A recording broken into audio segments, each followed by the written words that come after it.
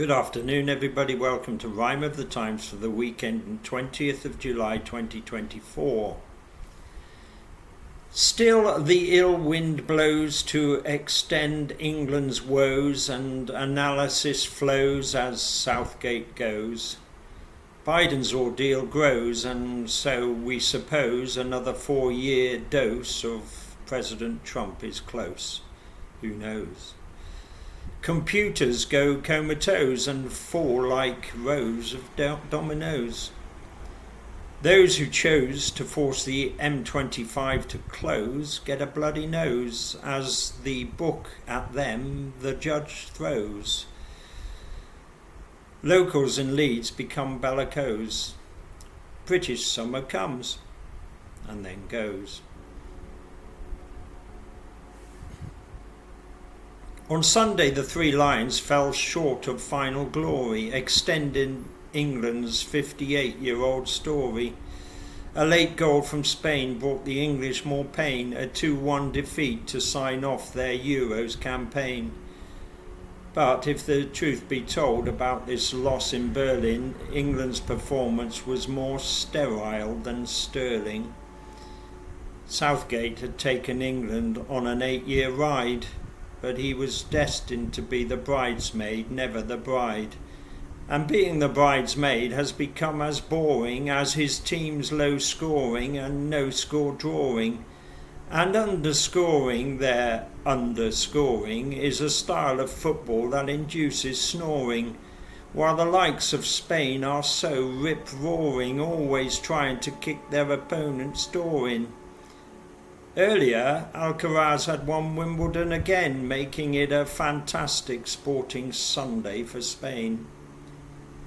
In England, the public gave their post-match analysis, while Southgate was in a state of paralysis. Just as with his substitutes, he was dithering while the nation's verdict ranged from warm to withering. Then all of a sudden, Tuesday at lunchtime, Southgate announced his decision to resign. The campaigns of Biden and Trump keep diverging. While Biden stumbles, Trump keeps on surging. Facing pressure to quit, Biden won't hear of it. Then he was further isolated with a bout of COVID. Meanwhile, there was a week of Trump mania, replete with bandaged deer from Pennsylvania.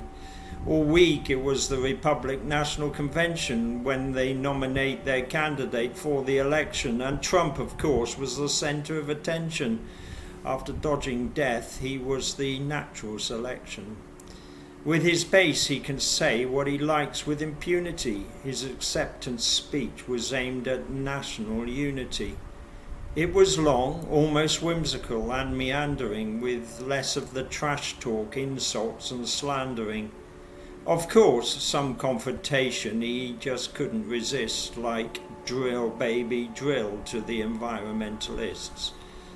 So on Thursday he left Milwaukee to go forthwith as the party's nominee for November the 5th. His pledge to unify, though, didn't survive the week. On Saturday he called Biden pathetic and weak. On Friday, Zelensky was a very special guest, attending a cabinet meeting at Starmer's behest, and as usual the Ukrainian president did his best to squeeze whatever he can get out of the West. He spoke with great eloquence, passion and zest as he tried to persuade our PM to say yes to British missiles being used deep into Russia to hit vital military backup infrastructure. While Russia hits every Ukrainian city, Ukraine adheres to the rules, more's the pity. With Trump's choice of Vance as his running mate, there's even more concern about Ukraine's fate. Trump and Vance seem to share the same agenda. Theirs is a one-way ticket on the road to surrender. On Thursday night in Hare Hills, a district of Leeds, social workers went to attend some children's needs. It seems 5 Roma kids were removed from their home, and within minutes the area became a war zone. Burnt out bus, overturned police car and objects lobbed with emergency services while emergency services fled from the mob. In the end, the riot was left to burn itself out. We now wait to find out what it was really about. On Friday, our planet was struck with great panic as computers went down quicker than the Titanic.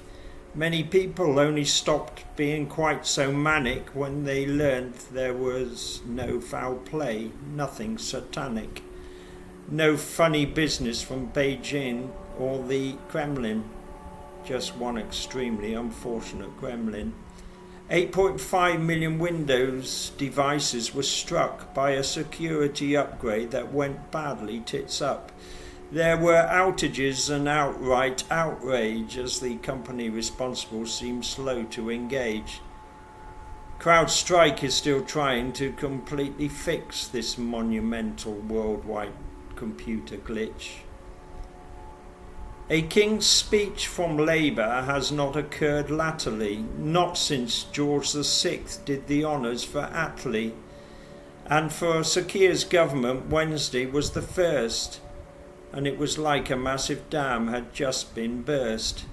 Out came a flood of proposed legislation, 40 bills to sort out the great British nation.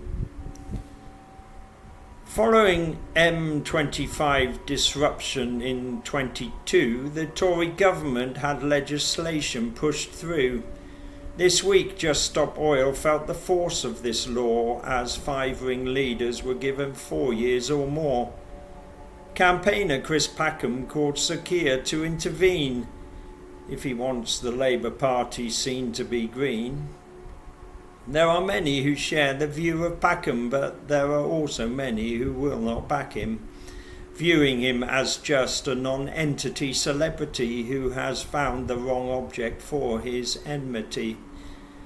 Because if the means are meant to justify the ends, and the ends are to attract donors and friends, inconveniencing the public means the means will fail because the public like their routines. So almost 3 weeks past the end of June, Britain's summer at last came into full bloom. Up to 32 degrees the mercury zoomed, and health warnings were broadcast like voices of doom. But before we got too excited too soon, normal service of summer weather had resumed. Just look at the Open on Saturday at Troon.